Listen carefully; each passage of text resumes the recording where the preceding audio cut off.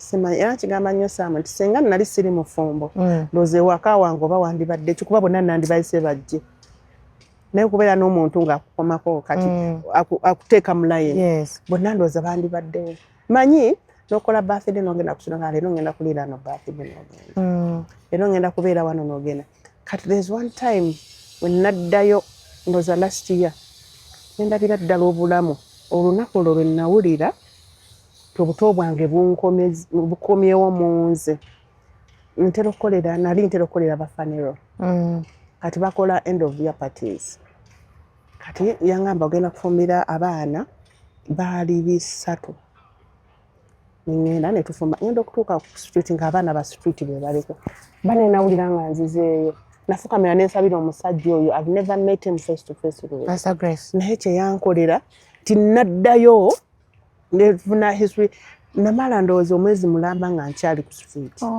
bwe nafumbira abaana kwegamba n'abambaza ne babanaaza ne babatreatinga ne basala keeki man n'abalaga nti obulamu busoboka yabateekaawo naggulu awo waliwo essomero bane nawulira ng'oba ningamba oba singa mbadde ne ssente zino zonna ze bansasudde nandizizizaayo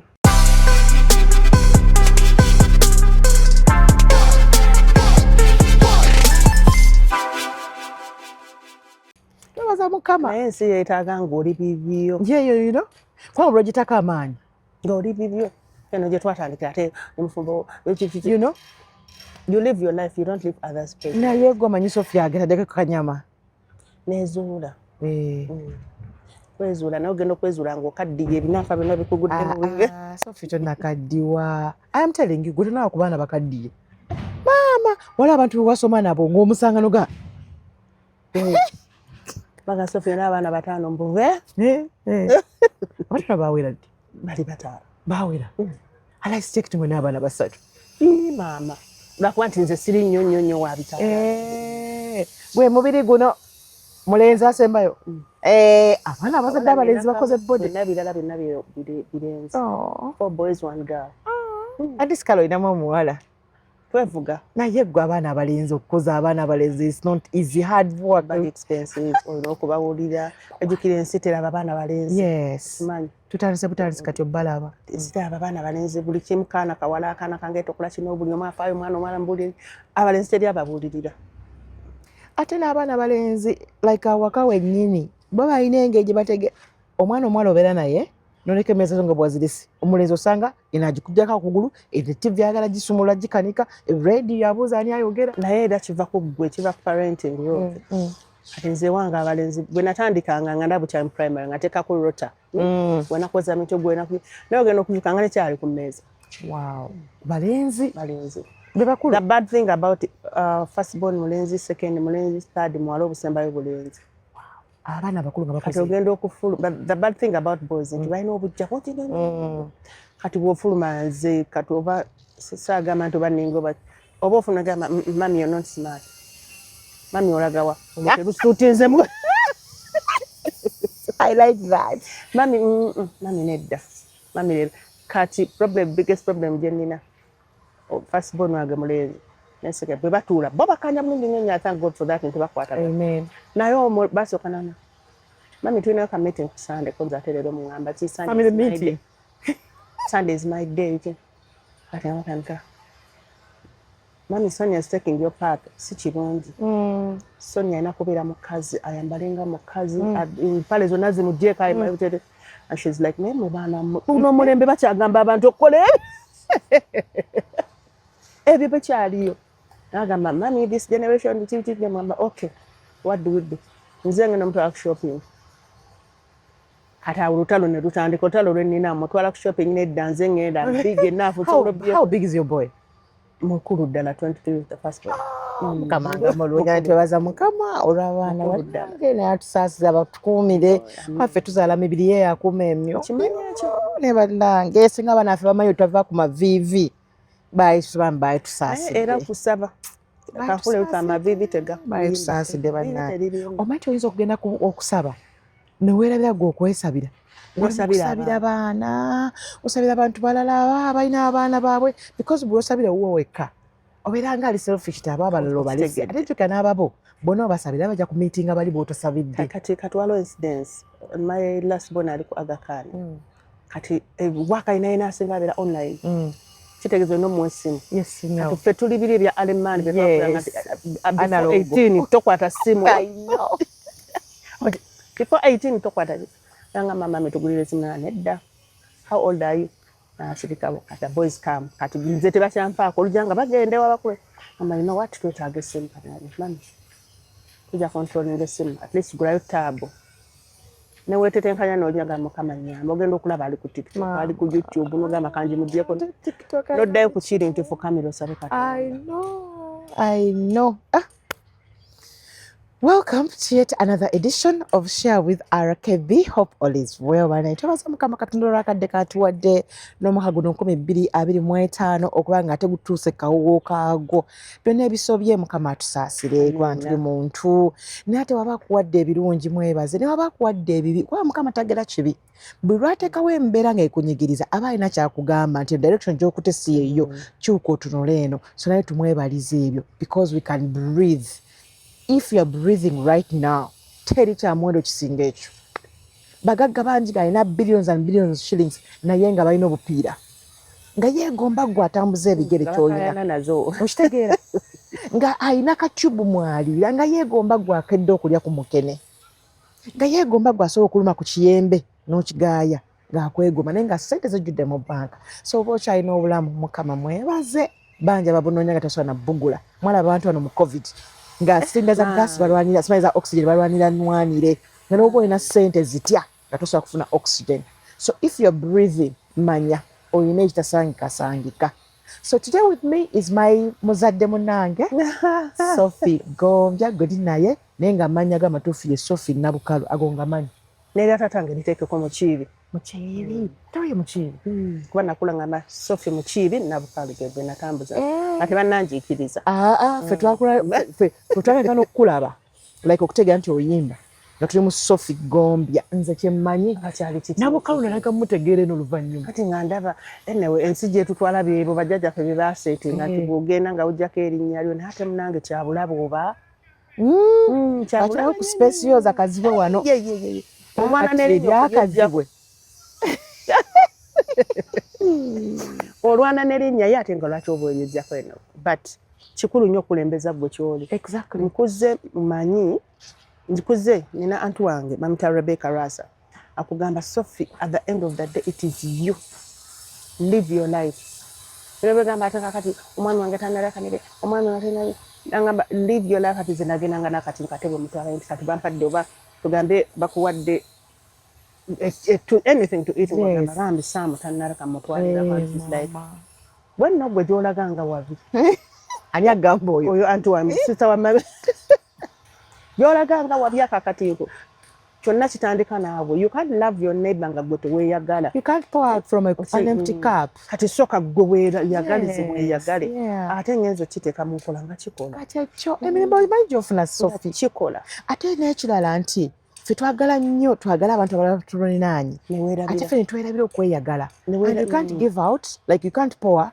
from an empty cup. Bino byobyola abazadde mutudde lw'abaana abikoze bitya gwe weerabidde okwefaako otudde bw'abaana yes you have to sit on naye jjukira bakwetaaga oli mulamu okuba beererawo enakubanga oli ki okitegeera ate nawe kenyini nnono okwezuula n'ogamba who is Sophie senga Sophie saali mufumbo n'ali baddaani senga sirina baana n'ali baddaani bulwezuula ekyo kati n'olwensonga ebasebo ne bannyabo yenze Nabukalu nyabo mukyala wa Lugave mukyala Gombya omubwati mu bannakampala bonna teri kapo gye boogerako ng'abantu abakyasinze okweyagala nga Sophie ate yakyagu nombi mulimu gundi mu Mataala of course ate abo bo naye kati bwoba ogamba nti abantu bonna nga bali mu Mataala mmwe ndowooza mwe mukyasinze okukwata omumuli surprisingly my number one couple is Kyagu and Babi yes but Babi si muyimbi kale kati wano kitu ate nga bw'ozze mu kirala she is number one I mean they're the perfect couple gy'otuna n'ogamba oh wow bambi bantu bano bayambika bulungi ate beekumye bulungi and bonni bali supportive olaba omusajja ng'ayambako omukyala n'omukyala ng'ayambako omwami so basically naye mu butuze mba celebrities tewali abakuwa kyebaliza Katonda nakyo I thank God for that. There's something I used to tell my girls nti nze I have one person gwe manyi era yayimira ku kigambo kino kikola Sophie watandika okweta erya Sophie Gombya onafuuka na mukyala Gombya. I was 18 years. I was 18 ngandika naterwa kuba emyaka kale tugendera. Okay, well. Tewaza mukama olw'emyaka. Yeah. Bw'atandika okweta Sophie Gombya. Ate obusajja obwo bundawuse katola ntandika okuyimba. Gombya we lyava before even married. Kati tandika okuyimba. Nakola kayima ngogomuka ekibituuza hit then. Kati sama nyamba kakatwala ku radio semba biti kati babuza kati tumutumira erinnya kinga netuma Sophie B. Sophie B nalinjaganya omukyago yatanga Sophie B Hawkins. Yafa. Kati netuma Sophie B nga ndawusa ngamba bye bikyebe. Ate ndawusa mulaba kati. Ngamba bye bikyebe. Kati before I even gave an answer ngamba Sophie Gombya. Mutandise like no dating. Netutambula n'ekyo. So ngugumuka ekyo muteekako Sophie Gombya. Since then ekiri Sophie Gombya. Ngugumuka ekiro nga ndaba bakuntutteko genze mukama ne musaba nnyo. Badde manyi oyongerayo. Abontaseeko ddiya. Singa mu kikondoolo gyamu nandikutaddeomu kusiba ku luzombe nga ku lusegere tebakunzibako. Oluyimba waliwo oluyimba olwo n'oluyimba lwa Kiyambi. Spare tire. Ebiseera ebyo. Siya Spare tire wamukubira ku Pride Theatre. Nebeera contradictive nnyo. By the way, nasooka dde oyimbira awo nga sinnaba noddufu luno. Pride Theatre. Kyalo munaasanyuka nnyo n'asituka n'ajala kufuuwa ensi n'egwa eddalo. Maama. Tetulukyusa tulaba oyo afuuye. Bitandika okitegeera. Feeza lyategeeza ekyo. Naye abantu mwe musala ebigambo yala. Eka gwe mulimu.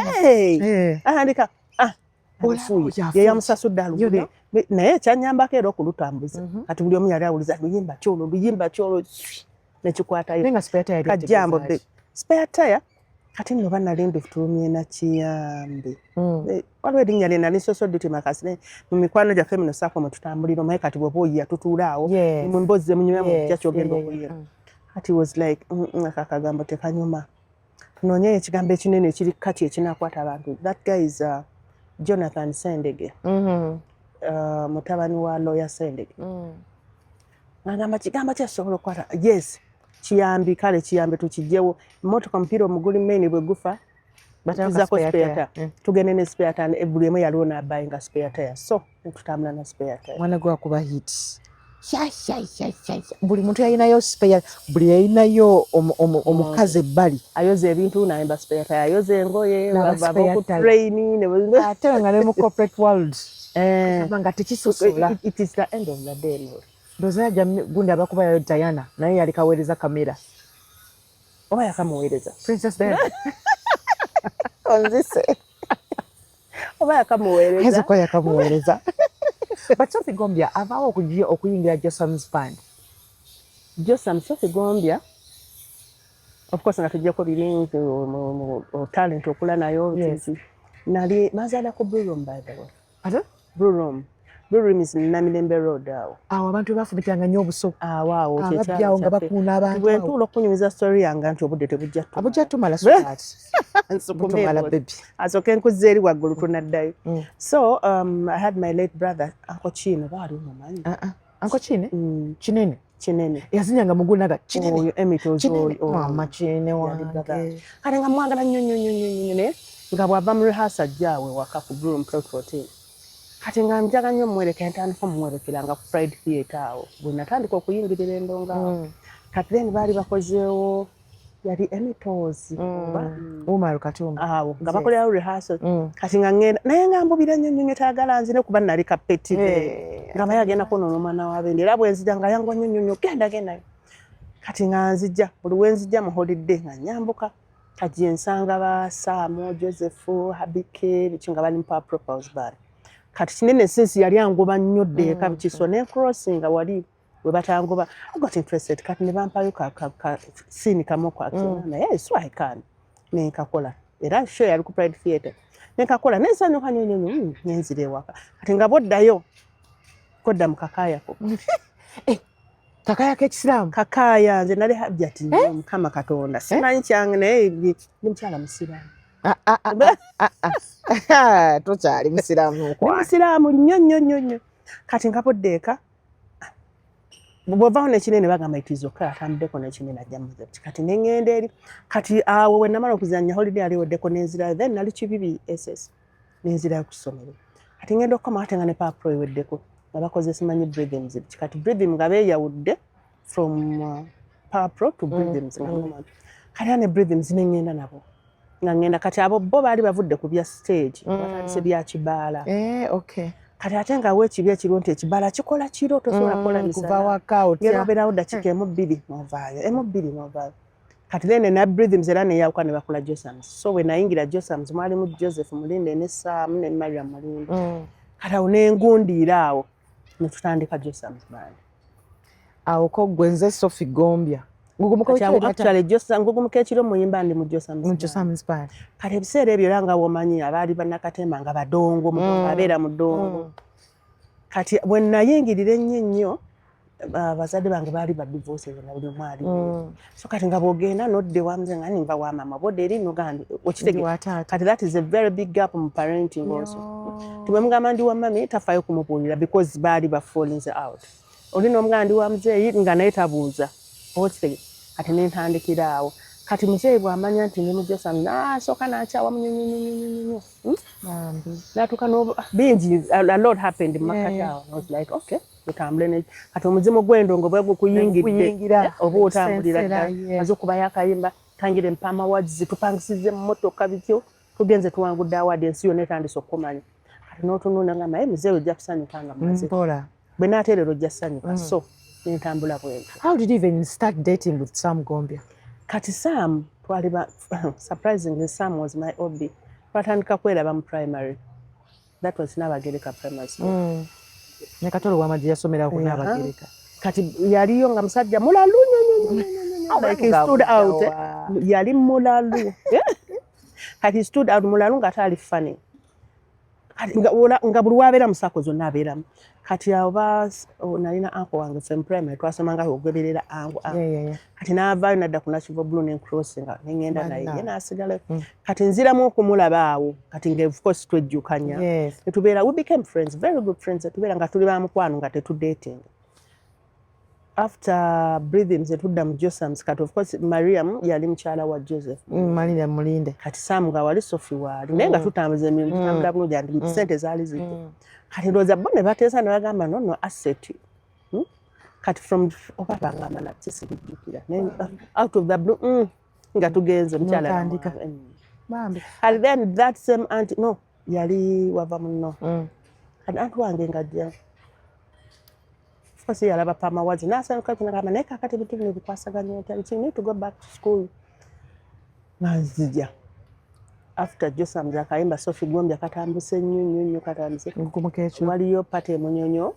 yali yabakwagalana so batuyita tugenda perform kati bondo zabalabanga pama wazi ani wakabinga tugenda katumala okuyimba so wava muno stands up it's like Asami ya introducing nze Sophie Gombya on Sophie Gombya Asami Gombya tiki wava muno ngakwata ngamba are you people married are you brothers and sisters oh my god Asami ngamba nedda ano yasuka tata we Henry Gombya he was like yes mama nzadde wange kati ono naye muwala wa Gombya ati nedda mukwano gwo mu ngeri kibi kati nashayenga nagamba bano abaana bikibi tubakolera embaga so he pledged 2 million. Oh wow. Naba million bili naba emmotoka.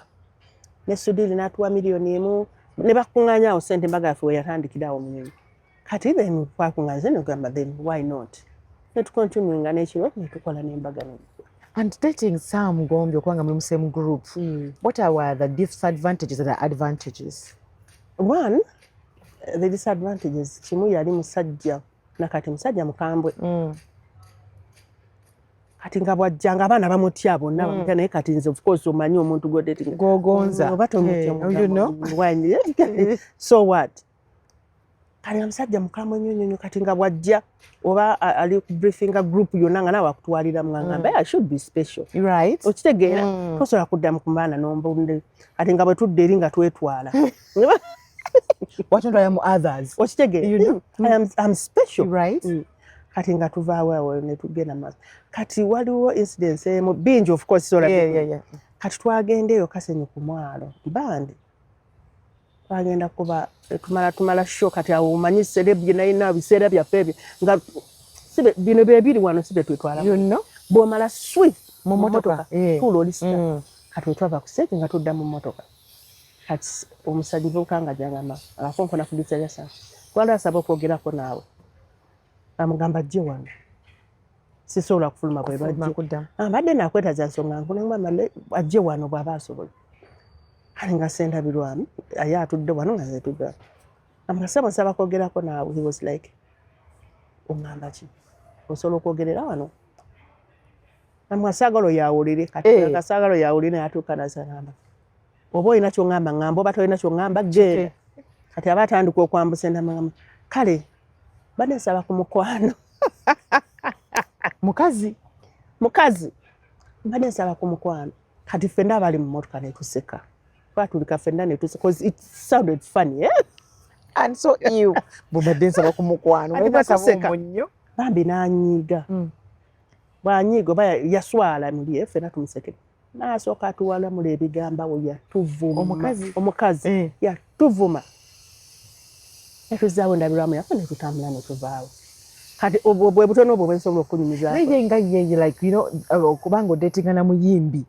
gwe like obeera ku bunkenke ekizimba bulungi ate you know buli omuntu kyensobola okugamba lwoti it is human abasajja bakwanibwa abasajja bakwana kati gwe bwekiteeka ennyo ekyo ku bwongo kyeki kyenasookeddeko it is about you what do you want nti bw'oba oli mu bufumbo oyagala butambule butyakalo mirembe biki and in most cases me I choose peace over drama ogamba nti I need to prove myself right biki byoyitamu ogenda so it is peace kati instant endala twali there is some pub kyali awo kisazi walinga abasexual workers nga bangi nnyo kati awo spare time mbisera spare time wano nakasero oba waliwo kizibu kiwano inakasero wa capital pub something kati mala okwimba spare tire some chick comes nga bakufuwa sente bikiso chick comes nga azinga akapapula kwaliko namba ya simu level message nga kawa Sam kati then Sam nsawe yali ejjudde nankwasa oba naye yayakikozesa fujo ade kati bwe yankwata naye sakisekako bwongo neziddamu sente akapapula nekasigaza mu ngalo kati yo continuinga maaso no performing nenkakunya bwe nga sibiri nakwe kati nemala nenkaleka ku stage netuvaawo kati tumala okuyimba agenda mu washroom kukyusa ngweji sweetheart nasangayo ekibinja ky'abamalaya baali banzise baali banzise nga nyagamba kakano ani gwamanyira abo twali namba yaffe ogisudde ku stage mbadde ngezo kama mbadde sikulaba ani gwe mumanyira singa mulowooza nti mujja tukuba bisirusiru byammwe sigalayo temutumanyira kati n'oyimirira bwoti nga simanyi kiddako Mukama nyamba ekikosi ekirala kijja nakyo ba sex workers agamba omwana mumuleke mutumanyira namwe muli ba spare tire mutubaka kati mukavuyo ako batandise okukwata did they fought nze nempitamu bwenti nenzuuka mpaka mu mmotoka wali owedde nali mpedde ne bali bakubyeko lwa Saamu asirwa Saamu ku stage olwo olugezigezi lwotukola kati omubaamu lwobeera ng'oli mulalu onanogamba naye kati wano kakkana kati eriyo abalala bennasanga naye bo baali balwana byabwe kati ne mbayingiramu amala nga ngamba gwonoza oli mutuukirivu nnyo otumanyira otweyisayisa basipea taya bikiki kati ne mbaddamu kutukayana gayi yankwata wiigi omwana yankwata wiigi nagimulekera mu ngalo Mukama yannyamba nti bino ebiseera bya kamera byali tebinnaba nti katambudde nnyo ku social media swi nempitamu kati olulala era nasanga baali bayomba baali bayombera ki naye abo baali ba group members nenjagala obbayingiramu era abali akavuyo nze nali njagalawo nnyo nga byebintu bye bikolera anyiigirawo kati mukujja kumi nabasanga Saamu yabajjeeko ddagwa yabavumye kati omuwala ndowooza bambi I don't know naye yali agala kukyejja nga nti wejje nambaka amataayi I was like bwolowooza osobola okumalako nange saagala kumanya kiki enkukwe namuja osobola okumalako nange kuba nali manyi nga ndi mulwanyi nnyo ate nga nina ekikoosi walinanga amaanyi ayya Sophie nga wali mukawala kati kati oyo ye twekuba mpaka okuttaka bweddu kati ba directors bagenda okujja ogamba nti tutaase bakiringo kati era nga ninamu kali I am special lwaki omutuuza ku mmeeza mukitege lwaki onteeka mu bano Omwana nga atandika Sofia atuvuma atabisamu amaaso biki mukazi wa director. Kati Joseph nga bagamba naye omanyi nti n'ono director. Ko mwana tubadde tetukimanyi konza kati abampaddeko ka credit n'envimba waawo. Olwo Sophie ye Samuel aliwo akuwolereze. Oli ye ng'atudde waawo. Entalo zaatatandise tazirwana. Nga wali awo atudde. Bwetute ne tutambula. Wow. Naye olina kweyogera nti wakulira ku Blue Room. Kubanga teboga nti nalina effujjo nga njagala okulwana. Kati I can imagine bwe wakulirawo ku Blue Room walinga watya. I have not told my story to anyone. Naye Blue Room eyo giraba. Asooka nfuna akatambaala kaage. Omwana Sophie. Wawenze. I can imagine this little girl, like, you know, like a small girl, kwa golinga kawala katini ddala. Ngolabye ddala oba olina okuba ne oba kiyita nsonyi, oba kiyita obukakamu. Naye okubanga ssebo wasobolanga okulwananga n'abantu, se kankusembeze wano we nkulabira. Nkomyewo. Ngikomawo nnyabula. Oh, no. we nkulabira. I have not told this story about me. Namala emyaka esatu ku street. Me, I grew up as street girl. For real? Yes. A lot happened in Mabega. When your parents separated? And or you were on the street before they separated? No, that was after. Okay. Ati mama waffe ye yasituka n'atambula omulundi gumu nga tatubuulidde oba kino biki naye of course ebyaliwo nga bwaka largely abaana bato omuba mu biraba wetama. So nga nsomera ku Nakivo Blue. Of course tata wange ye yafanga school fees azisasudde ebisigadde tayagala kumanya. Kati nga tuva ku Nakivubo mu winaawo walingawo batunangawo ebikajjo. Nodda ku bikajjo obwo obukongollijjo obwo ne tulya n'omalako nodda. But the best part of it nti nalina we nteeka oluba. Ng'oluba oluteeka wa? Olaba ku Blue Room. Actually wali Centenary Bank. Yes. Kati nga tuyingira ffe twabeeranga mu flat. Kati nga flat eyo zaali z'abasomesa. Nga kuliko ne boys quarters wansi ne store. Kati wolanga wulidde okusanga ojjanga oyingira store nga wewe. Kyaki kujja olwawaka? Abantu baagala bagambako. Kati of course kyali kyakungambako olowooza. Waliwo maama waffe right now ali mu Kenya. Kati yalwana ne brother wange gwenzirako nga weetuli. Kati walwana naye of course daddy kati ndaba nkiraba mu bukulu kati nti yalina okutekinga side ya mukyala we. Kati fentulanga kibi nnyo nnyo kyote kive nnyo kyakoze because we all knew brother waffe yali mutuufu. Yes. And nti naye tusala we yayabikira atandika okulwana. A lot had piled. Kati wenda okulaba gayi tatufaako. Kati bw'abeera wano ku Blue Room. Of course kati abasajja abasiraamu omanyi nti nsula wano waliwo kati ku Blue Room bwe yabeeranga nga bw'ajja osandikako ddajja azze naye bw'atabaawo is hell okitegeera kati eyo hell ng'ofuna wojje woogomera nga naye tatufaako oba ozze bw'oba tozze it's up to you. Gwe ng'omwana kyakuyisanga kitya? Of course oba ofunye relief. Nti bw'ova ewali omuliro nodda ewali akabugu obeera happy. Oba okitegeera. Who gives you this idea nti tuva awaka tudde ku street? Because I don't think wakikola wekka. Mbeera yakujjawo. Olwo mu bwongo obwo ng'omanyi olaga wa? Kati nga bw'ova ewaka togenze ku ssomero. First of all togenze ku ssomero. But they expect you to be at school. Yes. Kati nga tutuula mu bikajjo nga tulya ebikajjo.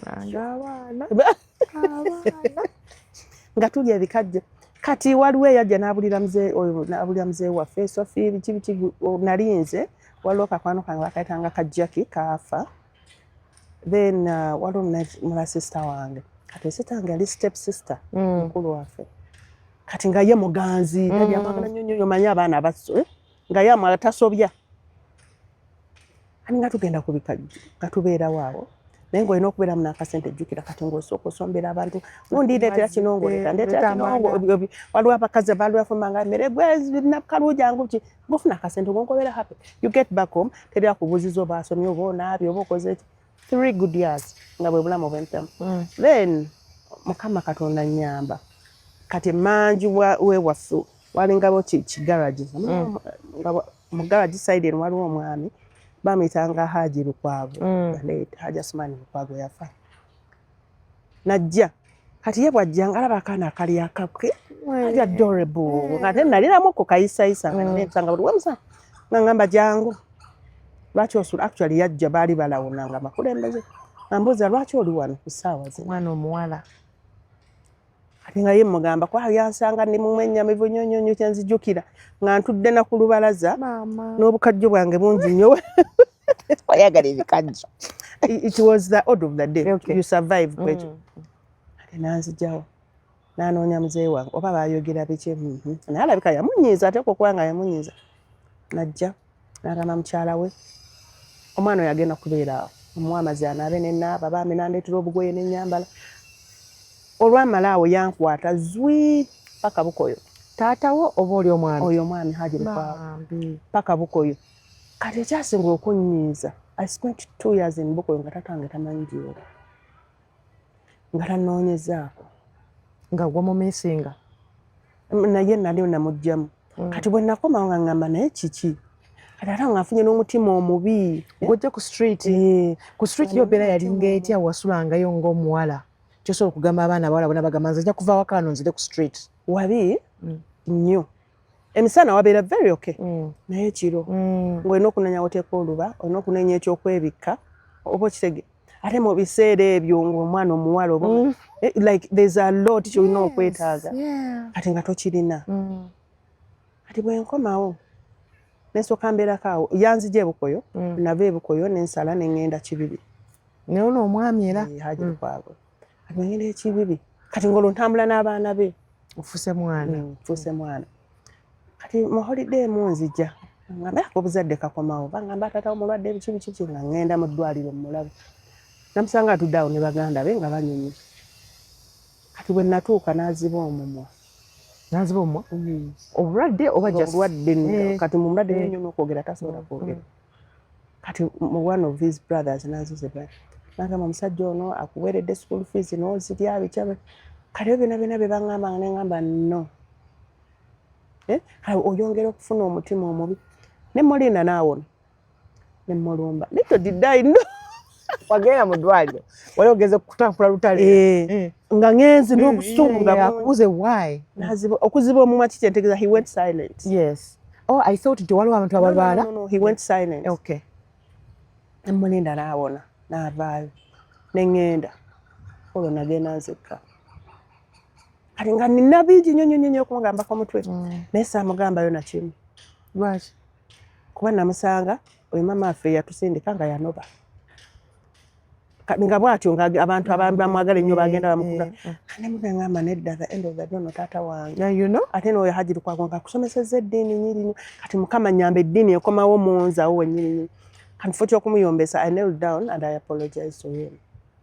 Tuddamu ne tukwatagana nga biri byonna biweddewo kati nali nzize nga ninamu nakini nze nsobola okukukubasa oba gonza mwana ku street okitegeera baddewo ku street kati ne semanyi Katonda kye yampa kyo Katonda yakimpa bubi nfupamira ne mwetondera kati bambi oba amazi oba yakaaba oba ssanyu oba kyali kikiye kati n'atuulaawo nga talina kyanyega nga nange simunyega ate maama we kati olwo mami ye nga namulaba dda twagenda nga tuli bulungi ntina okugendera nga n'okusomera gye n'atukyalirayo mami because n'okwebeera ku street nga mami waali most times omuwala aba yaddukidde nti bwe yasituka okugenda teyatubulira wa waali nayo kayinti wafayo ebyo byonna mbiraba bukulu nti she had her own reasons okitegeera naye yajjanga ye kusomera n'atukyalira kati oli taata ne Bukoyo yajjanga kati bwe tutuula awo ne muzeeyi ng'akuba essimu akubira brother we nga yanga omwana we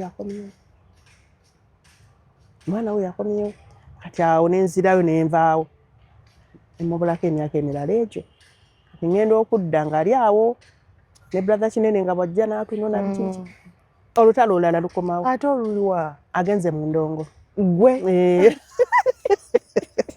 muzayi yaluleeta ne tuddamu ne twekyawamuko kati nze nga byambuulirira nze ndaba binnyamba you've not been there emabega ekyo kikulu okitege kati nga nze nina obunkomyawo obusungu naye nga ate ye kyakugamba obusiraamu omwana omusiraamu bapisi bwalina tebakkiriza okitege nti kati ye ngaafuba kututambuliza mu busiraamu tugenze waajiri kwagwa kati olwo yafuuse taata wange ebiki ngaye Hajji agamba kikyoyagala kino taata omwekitiibwa jja nayo omwana kitaawo abazadde bo biki nga ye kwegamba bw'ojja nnyo fuula nga yakusindika oli taatawo awo tutandikira endongo naye tugisinkinga ku kiri ekya daddy okuba ntabadde mu bulamu bwo because you had that in your mind tatamberedde why would even bother to lecture me moral authority agijo eŋŋambako kyenjagala oyogereko n'omwami alaba like bw'otoba present mu bulamu bw'omwana kikiyinza okukosa omwana kabe muwala kabe mulenzi kankikuteeke mu simple terms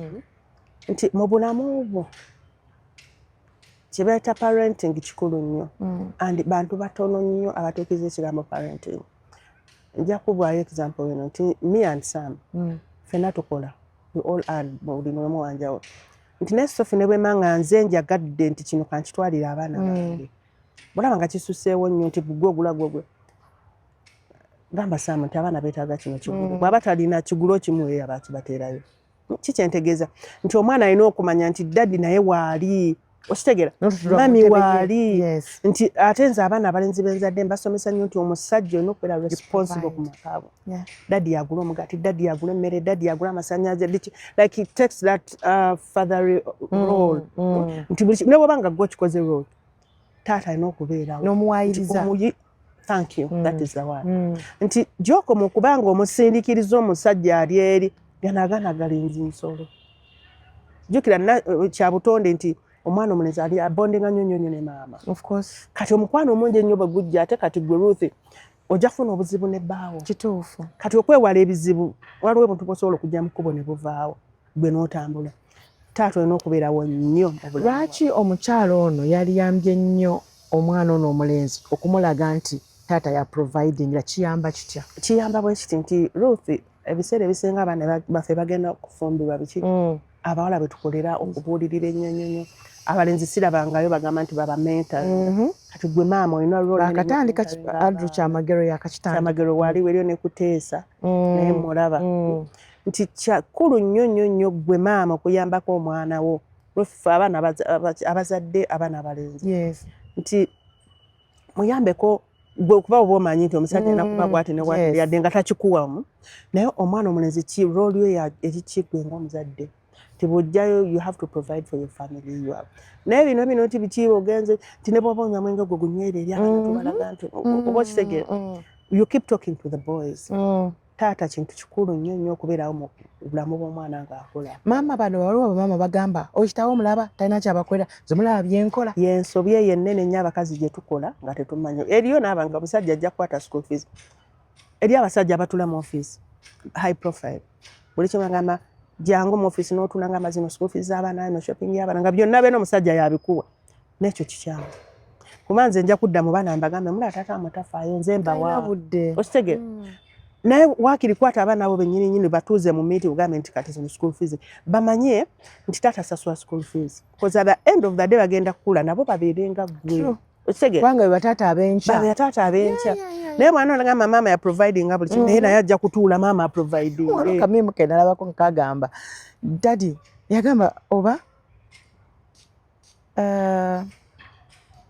yagamba daddy yani naga daddy ya providing awaka nakola who is a man a man is someone who provides for his family naga when I grow up I want to be like you because you are kitegeeza ki mommy are providing everything naye ng'omusajja bino gye bali abasajja nga luusi omusajja ajja kukola sente aseeke ku akaunti ya mukyalo bamugambe ezo zirabirira waka exactly namukwasa ne card kizizi oba namukole ne business nti business yo olabirire waka kikyamu omwana oba tomutendese kuba ye tajja kumanya kigenda mu maaso naye agenda kula nga manyi nti omukazi yalina okukola kino na kino kyova olabanga abasajja kati abanosimaye babeera mu kunoonya agamba njagala omukazi ng'alina kiyeekoleddewo kiki alina okumuprovidingira ntuule nze ankolerere women we are not created to be slaves okitegeera kati gwe bw'oba okuza omwana kimulage nti omusajja alina okukola ennyo he has to earn from work aina abakyala kasatu separatinga n'abaami twogera bubi abasajja eri abaana bwe kigamba gwe Ruth it is okay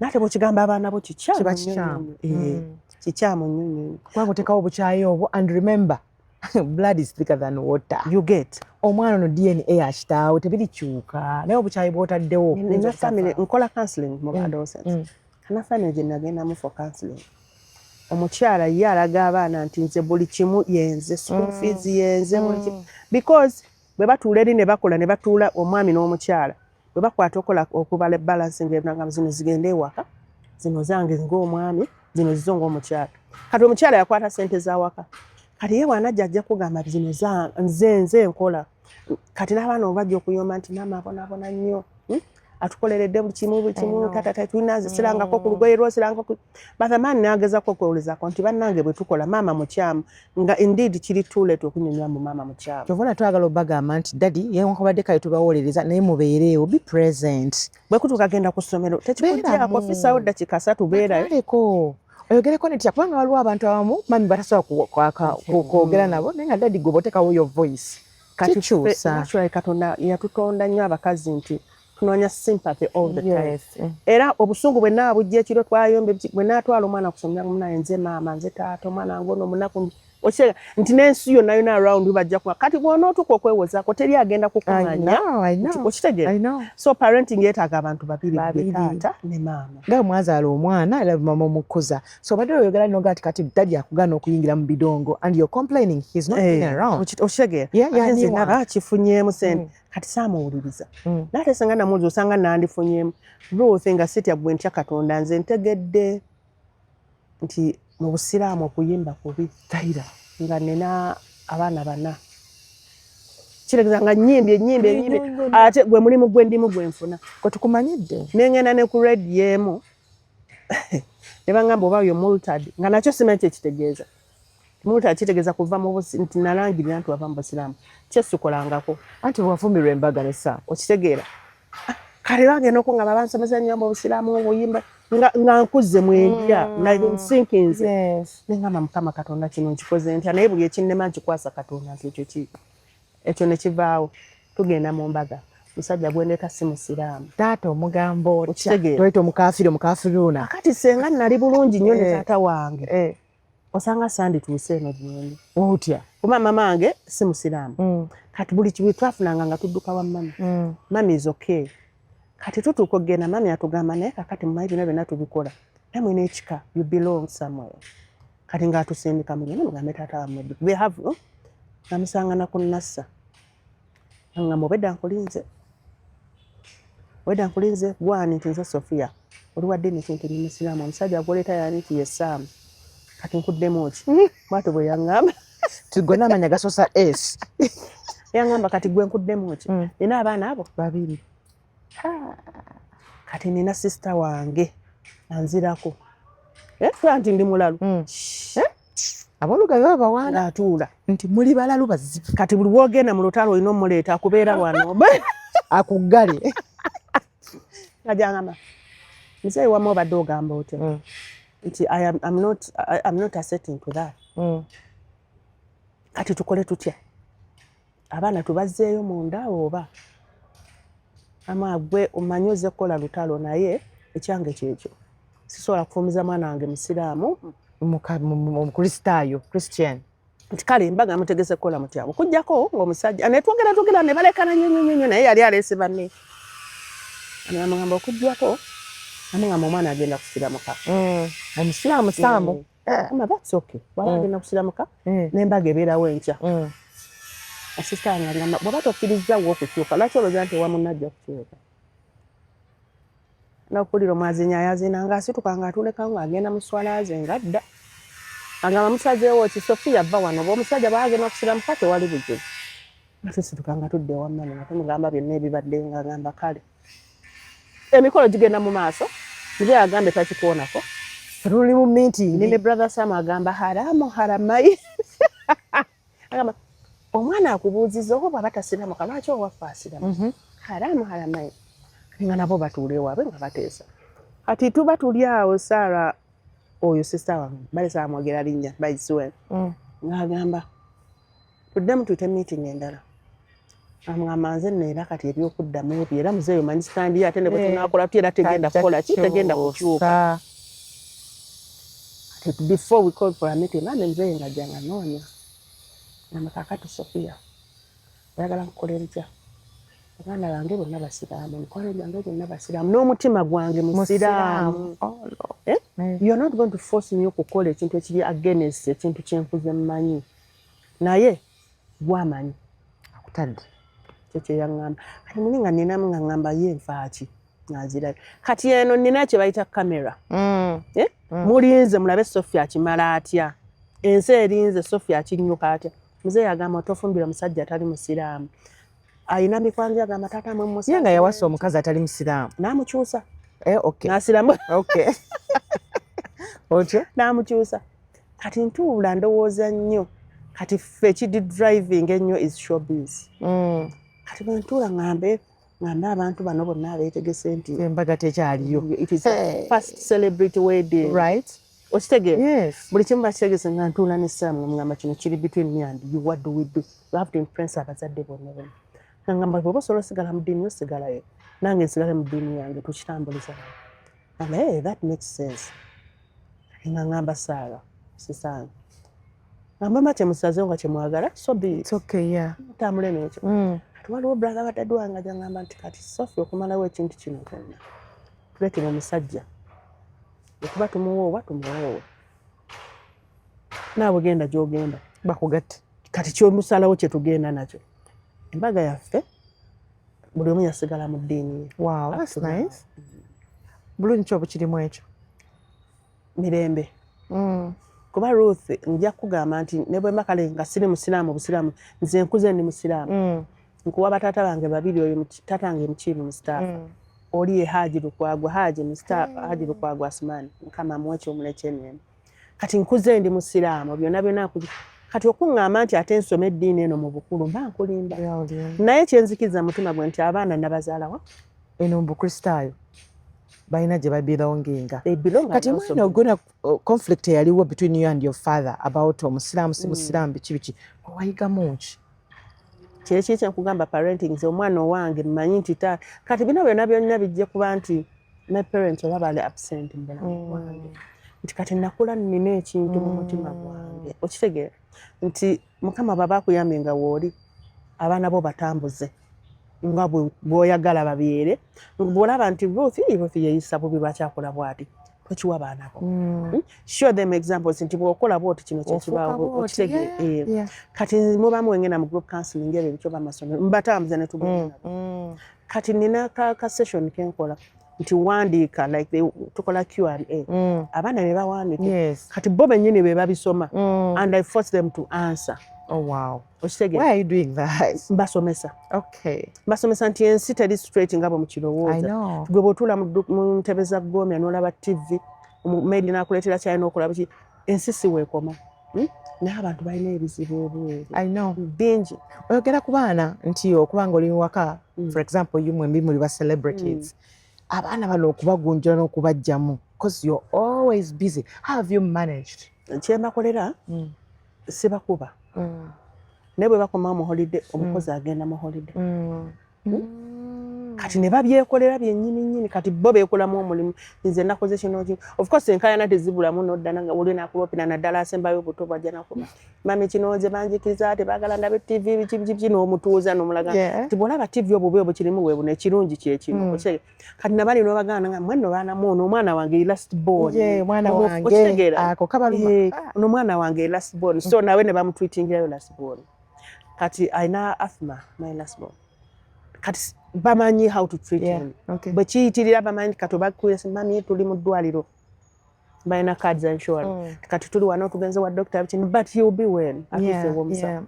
Bwe bw'obulamu bwe tutambula. How have you managed okubanga olwaninga amaka ag'omukazi omufumbo? Oli celebrity ate oli maama. How have you balanced the three? Era nkizaayo ku mukululo gwange gwe nkuliddemu. Nti nakula ndaba nti bingi byendaba sisaagala baana bange. Kati mbawa budde era mu bulamu omuntu yenna atalina timetable kikyamu nnyo emirundi gyonna gye nfeerinza okubeera wano naawe jjukira ogwasooka twali wali ne kugamba luthi ngenda kujja mbeere naye ate nensanga ng'olina abali kulayi nengamba nedda kati obudde bwaffe tubuyingiddemu nensiibula did you have to say nga wali ku layini bwe mukutu gwo kati oluusi tugenda tugeza nga ffe tukusaba bambi nkyaza nti kyokola kyekyo kati omuntu yenna talina timetable mu bulamu oba weerimba Ruthi ne bw'obanga oweebasesaawo mwenda ogw'ekiro ekibi si kirungi naye ng'obulamu bwo butambuza kituufu saawa esinira kubeera wano nze linazi alamu eba enjijukiza in 30 minutes you're supposed to be here Sunday between saawa 6 ne saawa 9 ne bw'onoonya kundaba kuba tuba mu meeting. I love that. Sunday is family. Yes. Bwe banvaako ne bagenda mu kyaki mukama mulungi ne bakomawo ne tutuula ne twogera wiiki egenze bweti gwe okoze bubi tulina kukyusa mbwetu ffenna and every Sunday kati oyo mukulu ali mu hostel addako ali counselor he's a counselor in Budo SS nti baba n'ebyabwe buli omu ne Sunday tekulateekako program between ezo saawa tubeera wabateekamu ate nga bagenda kukula nakyo bakiteeka nabo mu family yaabwe ate eyo culture omuwala si yafumba omuwala akola ebyo abalenzi bafumba emmere ne bagireeta ne tugirya si bye ebyombo buki kati bwekigamba Solomon of course adda kusomero naye waka bwe banga lunaku lwe lwakufumba mina agifumba abakyala abamu baginya abaana abalenzi omulenzi tagenda mu ffumbiro tafumba takola kino si ku nsi eno gye tutuuseeko nanti tafumba ajja kubeera waawo omukazi waage kati abakazi be bakola okitegere nti mukazi agenze ku night ajja kubeera waaje omukazi azadde tasobola kukola emulume kati twetegekera osanga kyenandyagadde nti abaana abawala balina okukola ffenna katonda abaabwe bampadde bwe tulina okweyisa kintu abasajja balina mentality erowooza nti no kunaturinga abaana it's only a woman. How have you managed to okulaba nga Sam abeera naye ekintu akyenyigiramu? Nja kugiyita luck kuba bwe twagamba nti routine Sunday naye mwennyini tateekako program tubeerawo mu meeting na contribute nga kati bwe tutuula bwetyo tulina treasury waka tulina ow'empiseewo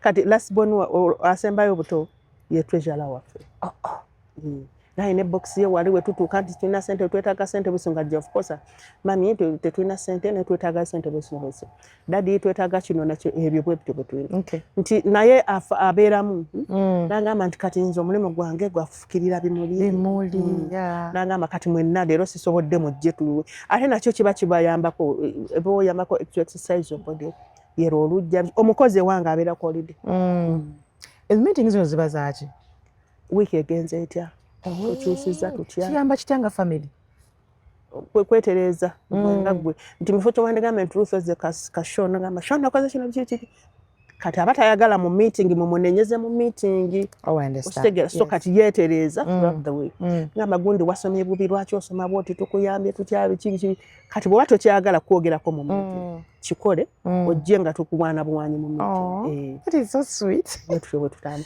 gundi otuswaza nga family irinya gombya tojja dyetyuma social media nti bino byotaddeyo you're selfish bw'oba nga gwe gombya you live for all of us okitegere tuweekumya otya mu public nawe ge baŋŋamba nti mami leero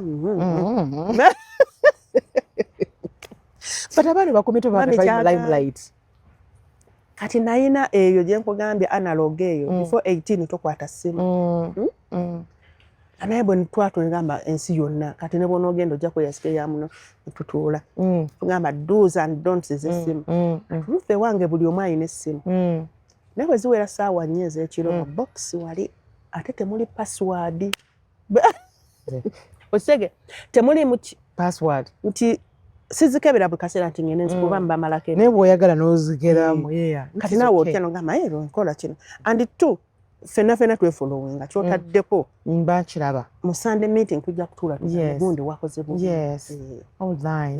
kati ogezaako ku mwami Gombya katono okuba nti mwami Gombya aliko obulemu kino abazadde bakitwala batya and even your friends and everyone maama wange ye muntu yatubuuzanga nnyo ekintu okoze kino kyoyagala how do you feel about it kati era bwe nagendayo Sam yasooka kuba mukwano gwange era nga newakajja nga mukwano gwange nga newaabwe ŋŋendayo nga mukwano gwange kati bino byajja kati nga naye afuuse nga ffenna buli omu bwe yamwelcaminga as a friend kakyagenda okujja nga ate tugenda kuba bannanfuusi bikikulu so ne tutambula bambi ohandlinze otya social media bashing abantu ababeerako nga bali negative and stuff mu nsi muno buli omu alina kyayagala buli omu alina ekimusanyusa Ruth omuntu okubeera ku social media n'abakomentinga bonna si kuba nti akomentinga kuba nti kyayagala naye stress gyalina emupushinza atya kyawulira mu mutima maybe abasinga bajjako kwejjako stress nga gye point so when I learned that n'okita ekinjiikira nga kigenda kunkosa kyokka kyenfollowing kitanfollowing Ruth mu bulamu bwe buli wogezako proving right oyonoona you know the devil is in details right you give details bataddeko Sophie wakoze kino buli wewa details newennyonnyolako ne sitaani gy'aviirayo by'otayagala bamanye tu kino kigamba abaana bange you only post ekintu ky'oyagala public emanyi topostinga nga olina obusungu nti bino nnombe n'essaamu biki nkataddeyo kyoyagala ensi emanyi nti you're going to be accountable for that. Exactly. But mumuyomba n'essaamu. Of course we are human beings. Bananze nawe kati love. We are human beings era nkikuzaako nti kyetwagala public emanyi we post. Kyetubawa. Okay. Kati bwe tugwana ne tuteekayo tugenda kubannyonnyola tutya. Nyewe muyomba mwera muzimu ennyimba zammwe eyo Sophie mutono muwanvu nga tuyomba nga muyombe n'essaamu muliko mu lusirika. Do you even perform the same things like we mukola bulijjo nga mulimu guba mulimu obimanyi oli ku stage mwanyiza muli mu lusirika but you have to perform otubikkulira ekkabina oli backstage eri ne muyomba ne mwetwala naye nga ensi erina kulaba kye exactly yes mulimu kubanga naye akaseera si kangu you have to smile omuntu olina omuwahaga naye nga wanyiize alina kyeyakoze kitali kituufu wow and how have you like ejourney eno yonna gy'obaddemu ng'oyimba ogisanze oti how can you describe it one ngenda gikuwa ku side bbiri esooka nti Ruth omumanyi kubanga mbadde performing ndi wano because mbadde performing tendaze emikwano and mu mikwano egyo nfunyemu nnyo Ruth sinza kulemera ku kkubo kati sinza kukwamira ku kkubo omuntu ne bw'oba tomumanyi togeranga naye ngambi Sophie yakolera kino ekitege Sophie kino oluusi oli ku kkubo n'emmotoka lumu yanzigwako amafuta ku Ntebe road okwo nenzira mu kkubo mu makkati gayi yajja n'apaakinga wali emmotoka ye najja n'ayita ababooda n'abasasula ne bagisindika nedda ebbali n'akwata emitwalo 5 ne baleeta amafuta ne bagateekamu simumanyi I've never met him but because of your Sophie Gombe okitege kino kyeyagalizamu nnyo kati luli ekisaidi endala Ruth luli nakwatanga ekikajjo kyange osobola okulya ekikajjo ku kkubo nawe oyagala ebikajjo yambeezaawo weyezeyanga bibbaga byose luli ng'osobola okuyimira ku street ku mudaala gwa capati n'olya kyotasobola kyandibadde kiri fun omanyi nti emmere y'okukkuba eba street vendors womanyi okusinga ogimanyi omukazi gwongolako ekigere awe bunnamwaya bannange ekigere kye kiwoma tasobola kutuulawo wali n'okirira okitege kati yo life yatuvaako oba ontege nti Ruth ojjagenda ogambe nti kangende mwewino nguleyo akagoye kuba gyeziri ennungi kangende ngule tosobola gwe nze nnumba mukwano kiveeko ekyo akanagaba kalibala koze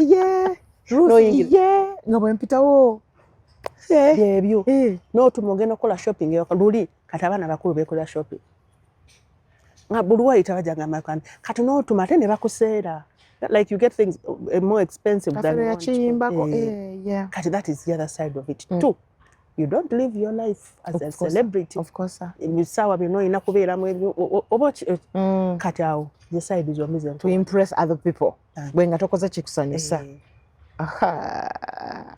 nayo kimenya abaana bo ku masomero wagenda videos wayogedde kubeera nti tokyakolera gwe kennyini okolera abantu videos abaana bennyini abasomesa nga babayisa bakwano ngenda mu kiraasi ne mugamba nti ono alina obulamu obubwe si bwange like alina future yiye si yange so omukululo gugwe gwalina okuzimba muyambe atambulire mu gugwe atambulira mu bwange olwaswaddekoko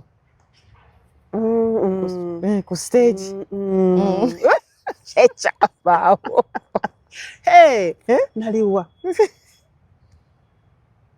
mukama Katonda abayimbi mukama nze mbasaasira era nze mbabulye nabawanikira nagendako ku show nenyimba mala okuyimba because abantu bajja kufuwa nali nyambadde top ng'enaano nze nkulidde mu mpale zezo oba tonsanze mu hijabu zange ndi mu kapaleko ka jeans kati nalina ka top nga zipwerwa gayi yajja nakwata zipwezo azenga okufuwa n'asumulula zipu ngamba otunula awo show yakoma nenjikwata bwe nenvaawo Samu ali ludawa ku stage yaliko amukuba omuggo bannange nenvaakaza wow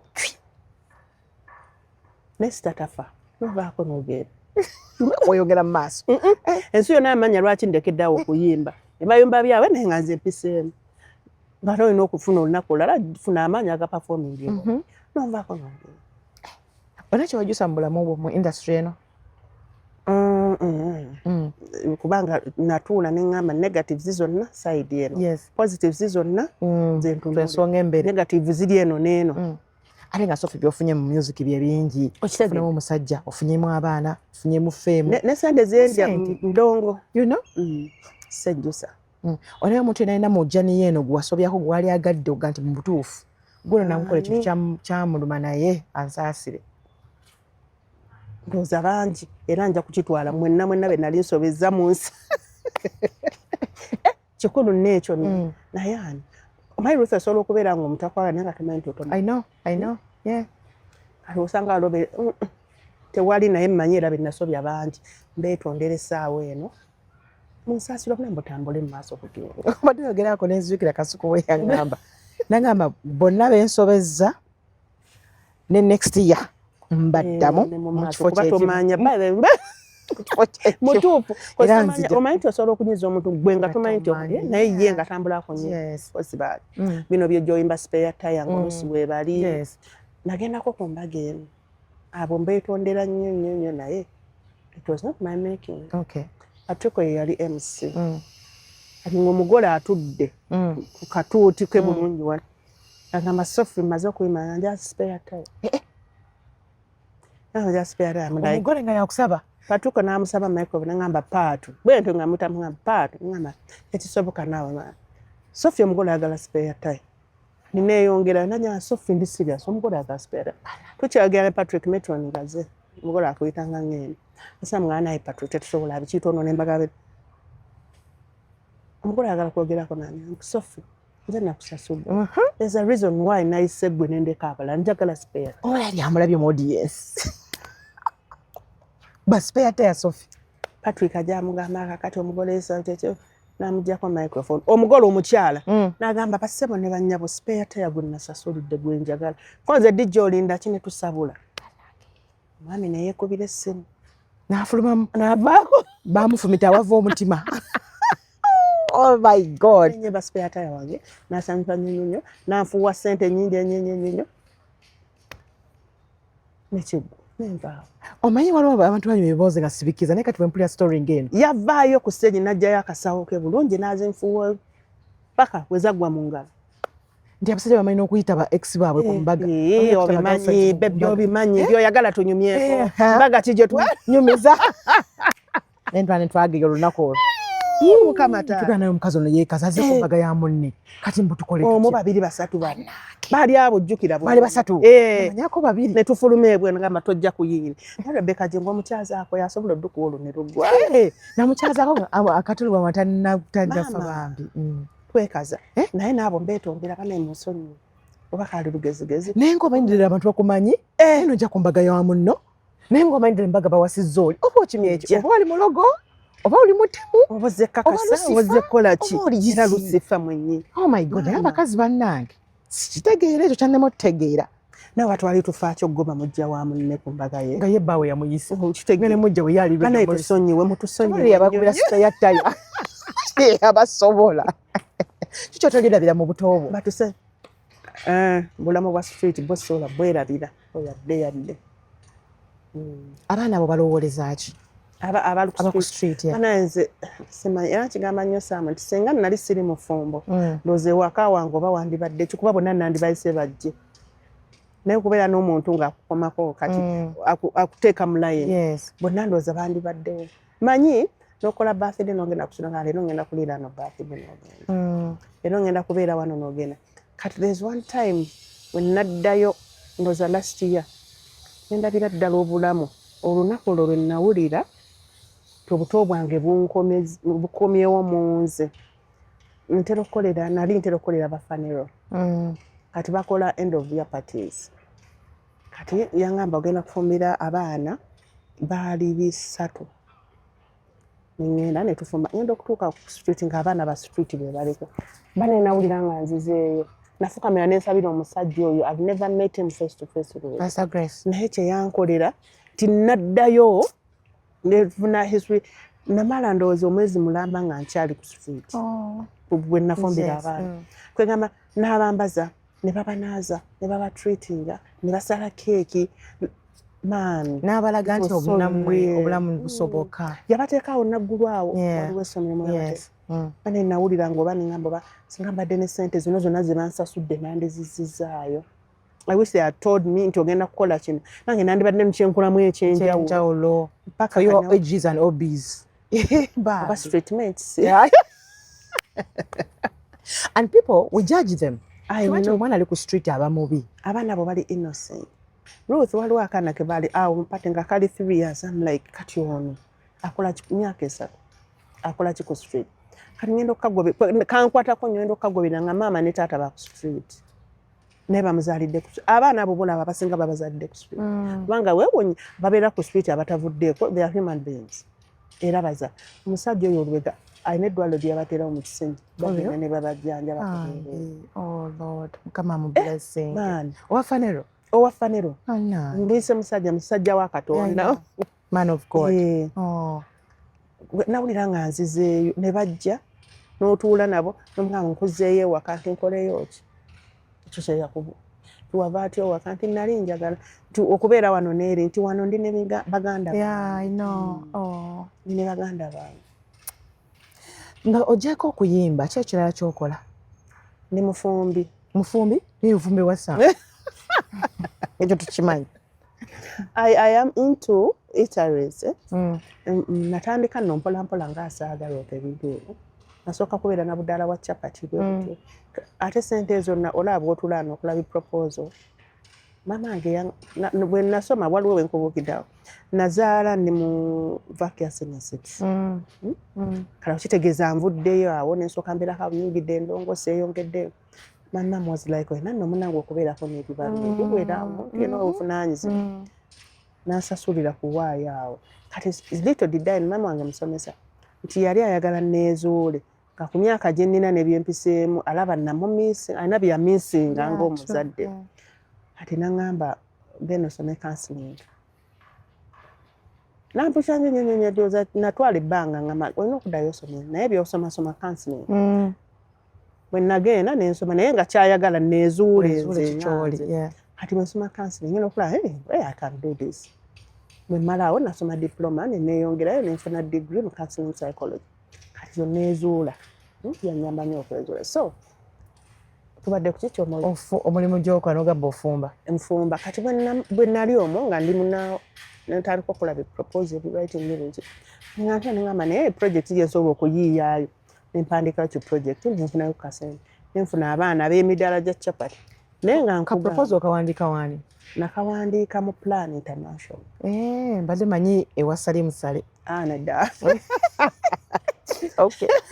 kati bampa nenfuna abavubuka b'emidaala gya chapati baalinga 5 naye nga nkugamba omudaala ogwo sasula sente zenkuwadde bwe gumala gugwo kale olwokulaba nfuna obusente nga nengamba so this works nengenda ku kyalo gyembera nenfunayo bwento nengenda nga mbazimba nokulaba kitambula am earning nengamba kwikotorio oluwa nali ntaddewo bya decoration bika esobola okubeera mu kaofiisi katono nnyo space studio nentekamu snacks kaluddewo nno kabeereddewo ddala kati bwe nva omwo nenkola restaurant eri ku Busaabala road awo Taluomu it's a big restaurant efumba mmere nganda bagita batya bagita Gombia's Leisure Park nja kuyitawo konja kukyanya emmotoka yo n'olya ku mmere ebitibwe tubeerawo and life goes on kati gw'omukazi omufumba amaze emyaka mu bufumbo omuntu ajja kwebuuza lwaki Sophia hustlinga nnyo alina omwami alina femu afaaki n'ensi kiba butonde bwa muntu kati Ruth olaba wooli ne bakugamba nti tuulako ewaka bagamba tuulako ewaka ndwala that is me nti oba nja kugamba nti njagala nnyo ssente naye nga yange eriyo okitegeera abakyala tebamanyi kintu njagala nnyo ssente naye nga yange wange nagispendinga nga toŋŋambye okitegeera nga yange nga tombuuza ozikozesa otya ozimazeewo otya amangu ago n'osaba nagamba ate sirina njagadde kulya ka ice cream nagamba musirina ssente jjayo ezizo naye nakugulidde naye nkugulire akantu ako kammenya ate naako kakomya gamba olowooza gwe wekka gwaliwo bo tebaali njamukuba ali ndi mukazi muyiribi bwe nti ne mami wange yali alitaringa netutulaga kati omukazi ono tugenda mutuuza akola ekikwayo yavaana okushimona nga bamaze okutunda ngamba atule waka akole kyabadde ava ewaka okuva ku saa 11 buli lunaku Monday to Friday ngamba tukole ki twamuteeka ewaka omwezi ogwasooka yalwala maama kati nagamba mumufunire kyasobola okulabirira ava ewaka netunaawa essomero awo wala sitangamba tumukolere essomero kanasa nekwata amenyekanye gamba ntuula ewaka bwemuterawo nyonyi bubuzibuzi she's moving on. Wow, that's so nice. Era ajja n'agamba gwe guunia kwa kuzana tezina mmere ebikikudde nga ali busy. Namanyi omukisa gw'ofunaawo maama ng'ali musanyufu abantu kye batategeera ekyo. So omukyalo njagala tuddeyo omuyongere omulago obulungi obuli mu kubanga ofuna akasente akako tetwalisa ak'ekikazi. Ruth okimanyi nti bw'oba omwavu gwe ng'omukyalo kwasiberangako musajja n'omukyala yenna bw'aba omwavu aba ayombayomba nnyo atama obusungu babungi atama kati bino gundi oluddeyo bikiyitala gundi oluddeyo kubanga otudde waka osubidde nti agenda kuleetera 2,000 azifu taatawo okitegeera si naye alina obulamu obwo bwe muleka abeere gyali naawe osanyuka kati abakazi bangi nnyo beŋŋamba nti olaba oba otudde waka osobola okukolawo emirimu 100 ofunamu kwata omusajja wo olumu omugambe naye leero mpayo 10,000 tutandikire ewaffe tekawo akadaala nobuteekako obunyaanya bukyobukyobo baneiba bwe baagala get busy if you get busy si gwe ojja okubeera bangano kiyita ekyo ku nnyumba ez'emizigo olabe gundi asise ennyaanya gundi leero afumye ayindiza ono omwana agundi yakola pupu alimu watermelon n'okakasa ne pupu n'omukebero but if you're busy nogamba kati fuluma ojja kubeera oyoza ngoye bw'osimula ennyumba yo oli ajja agamba empaayo ennyaanya ebintu bwe bityo get yourself kuba twatondebwa kubanga otambula naye buli lunaku lwogamba nti kantuule gwojja okuwuliriza ow'egindi yayombye gundi teyaguze emmere omusajja batandika okulabirira obubi kati ate abasajja ffe bwe tudda mu lusirika nogamba sijja kunyega wanyiizizza jesanyuli ati ajja kufuluma bw'anajja jjukire azze kiro kunaaba obusa emmere tajja girya yeebake kere ku makyafu ngenda kusigala ng'otunekinyinza okyoli agenda kugambako sorry yagenda step gyasooka kuza baneiba amagundi wasize otya amagundi mwasize muli bulungi mpaka bwabulirayo aye noolabira omugo babuuza nga alaba nfaako nnyo once you get yourself busy bulamu butambula dda ku ssimu eyo kale gikoleko emirimu kuba nessimu naye buli wootula onosobola okubeera busy kituufu omukyala yenna afuna akasente ku mulembe gwe gutambula. So okubeera independent kitegeeza nti olina kuba single n'obeera married you can still be independent and it's fun. Olusirika luno olukola otya bwe balukyaddeko ewuwo? Nga bwe nakugambye we are human beings tuyinza kubeera nga tetuyombye biki kati olusirika olwaffe era tusirika kiro si waffe wokka kati ensi yonna wanatuuka olusirika lujja kiro ate ojja kujja neebase Katonda yatuwa otulo nga weebaka ekiro ekyo olusirika lujja lutya anti okomyewo kiro nange nnyingidde kiro olusirika ne lujja kubaawo olw'ensonga omwami ono yakusasula ewaabwe wajja kukola bebi tomanyi kye bayita busungu ate kati n'abasajja baatubuuka ffe twabeeranga nnyo mu lusirika kati naye bw'ayingira mu lusirika nti amanyi mukyala wange yali mu lusirika ng'ajjanga n'abakola byakolanga yeebaka kati gw'omanyi yetutandika ate omusajja yanzira ate omusajja yakola gwe obyereetera kati gw'omanyi naye wange telusukka wiiki anti ku Sunday tulina okuba ne meeting. Okitegedde? Amiina. Kati nga tubawumba twogere ku music oluyimba ki lw'olina olusinga okunyumira mu nnyimba zo? Nkwesize munnange. Ate n'oyinza okumbuza lwaki nkwesize. The fans made me love it. Nkwesize munnange. Nti gwe tolineefuulira lunkoledde kasente one nti oli abeera n'embaga n'atya oli abeera n'okwanjula bwe bityo. Leero sinza okunkolera ssente than spare time. Okay. Kuba spare time we naalindira Abitex ampite ku Kivvulu lwa lumu okitegeera nti munyumirwa eyo ku masimu gamwe mu biki once in a while naye at least nkwesiza kuleeterayo kasente every week emikolo okay wali ofunye award Pam Awards omugumuka ekiro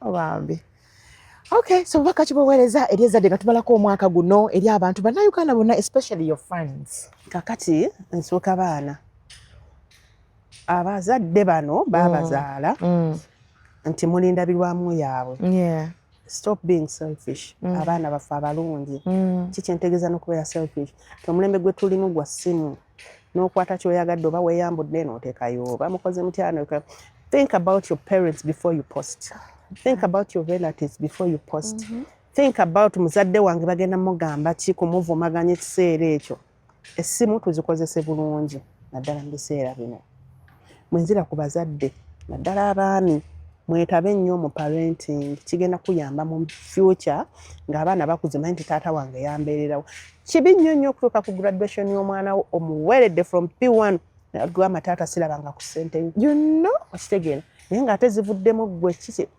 beerawo nnyo mu kuparenting abaana bano tekirina kyekikuggyako okudda na kaveera ka mugaati ne bw'oba okomyewo saamekeze kira akuggulira akutikkule nano okukwata ssente nti mbawa ssente kiki ekitaliwo kusande sambako nabo omupiira ne bw'otuula butuuza nagamba gwe wano simula enfuufu eyo wano lagira gwe nga taata bataata baffe abalungi mwetabe nnyo mu parenting kikulu nnyo nti naddala abaana abalenzi simulaga nti omuzadde alina kubeera bwati ne bwati ne bwati kyewamisinga kyotalina nti omukazi takuwa kitiibwa mukazi kiteeke mu baana bo kibbuukire mu baana bo omusajja akola bwati ne bwati otherwise saba mukama atwe Uganda ennungi amiina olemu abaana bayimbi Solomon muyimbi abasigadde buli omu mukulu wa IT omwala ayagala kubeera lawyer abato tebanneezuula bulungi nnyo Solomon counselor ate muyimbi. Thank you so much for your time mukyala Gombi. Ndabira mwami Gombya. Kyebaliza nnyo Mukama Katonda nti nzize wano olunaku olwaleero bale kunsobezesa. Thank you so much. So much watufadde olunaku olwaleero mukwano njagala okwagaliza olunaku olulungi ate akumira mpeera kunkomire beera bulungi. Ciao, bye.